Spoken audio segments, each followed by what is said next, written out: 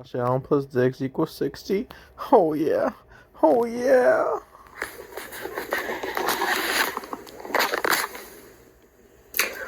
Y'all about to get shit on this year anyways.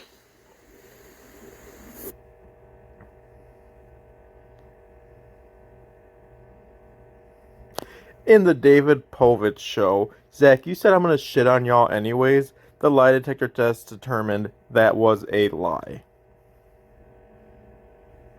With four losses, Zachary, four in a row.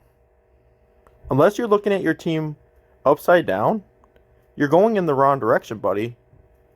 Money Mayweather, hand this boy his losses. Bam, bam, bam, bam. Loss, loss, loss, loss. Take it, take it, take it. Auto draft team, pukey face. Four losses in a row, Zach. Flush this shit. Right? Poggers, you went down this week, and I don't see you swimming back up to the surface anytime soon. Josh Allen just hurt his elbow. It's not looking good. For your little tandem you got going there, but maybe Swift gets healthy. Maybe you get a little bit of extra help in that backfield. Robert, good score, buddy. 169. Perfect. Not a point too high, not a point too low. Get that 69 right there. And yeah, Joe Mixon, 5 touchdowns. Ken Walker, tight end didn't help you, but you didn't need it. You didn't need it. New England smashed. And Sean, you got handed another disgusting loss. You actually have decent points in the league as far as like you shouldn't be 10th.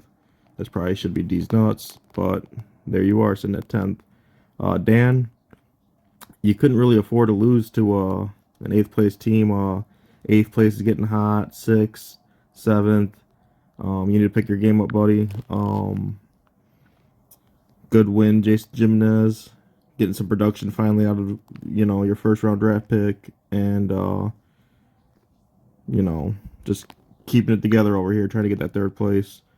D's nuts. You got just smashed. Joey, you did what every man in the household does. You took the garbage out.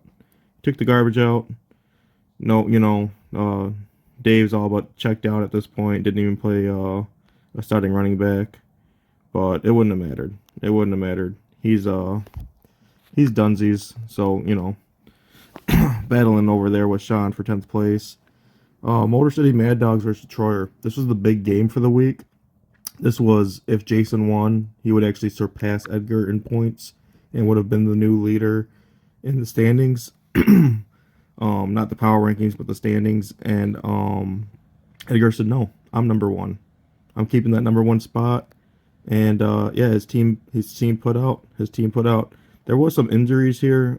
As far as Jason didn't get Waller, Jason didn't get Barkley, but Edgar also didn't get Mark Andrews. So if these two do play in the playoffs, it will be a really good matchup, especially if all players stay healthy.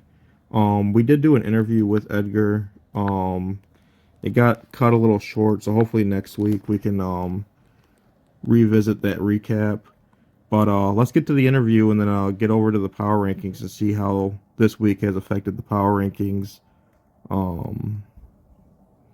Good job, Edgar. Wins 6 wins.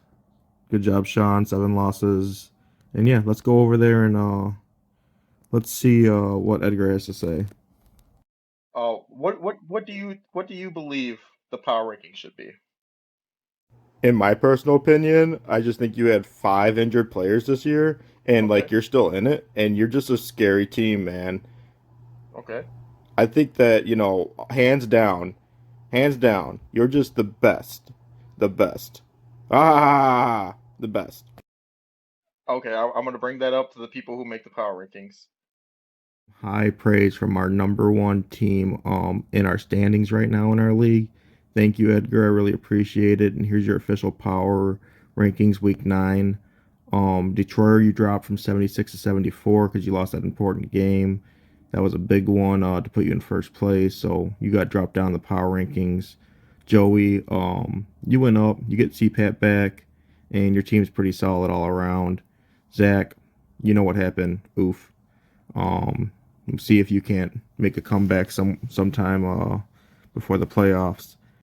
A lot of questions on how these power rankings are made, and just to show you the proof of the mathematics and the algorithms, here's a simple equation. Number 5 is actually my team. Um, Here's the equation. So, if 6 is where I'm at, and we multiply that by 63%, x is 63%, which is my last week's projections. That equals 3.78. We minus that by 18, and then we divide it by 3. 3 is actually the number of times I've been to the championships, and we square that, right? Because I'm going to make the championships again. That actually equals 87%. Um, After adding it by 2, because if you add this by 2x, right? 2x is actually the number of times that I'll actually be on the belt. So 2x, right? We get 87% chance. But then we have to minus it by 8. 8 being the number of souls that I've crushed this year. So after we minus that by 8, we actually end up getting 75. 75. And I wasn't sure if that was completely correct. I double checked it against the check mark. There's no question about how the power rankings are made. You guys see the math right in front of your faces. Here's our week 10 projections. I'm obviously going to beat Jason Jimenez, even though you picked up Justin Fields. What an idiot for whoever dropped him. I still got you, buddy. You know, third place is on your way, but you ain't getting through me to get it. Robert, your team's on fire, and that's a dumpster that you're about to face off with. Poggers, you're probably going to lose this one again, but well, I guess we'll have to see if Josh Allen's playing up to his normal game. Motor City Mad Dogs, if you beat Dan this week, you might just get that coveted number 1 spot on the power rankings, whether I win or lose.